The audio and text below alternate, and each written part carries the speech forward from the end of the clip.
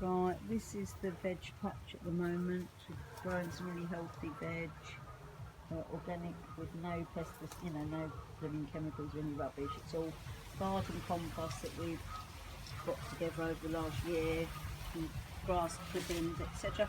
These are Tracy's, the one that you gave us for work. Thank you. And let me quickly show you this lovely. It is lovely. There's a lot of work to be done here, but that is.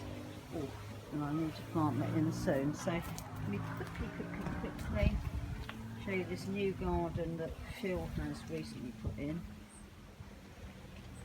This is part of the tropical garden. It's very much a mess here, but this here alone is a really Father's Day present.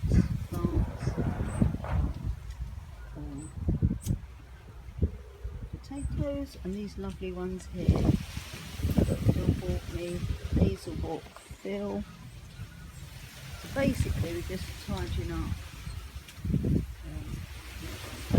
plants, and it's quite nice.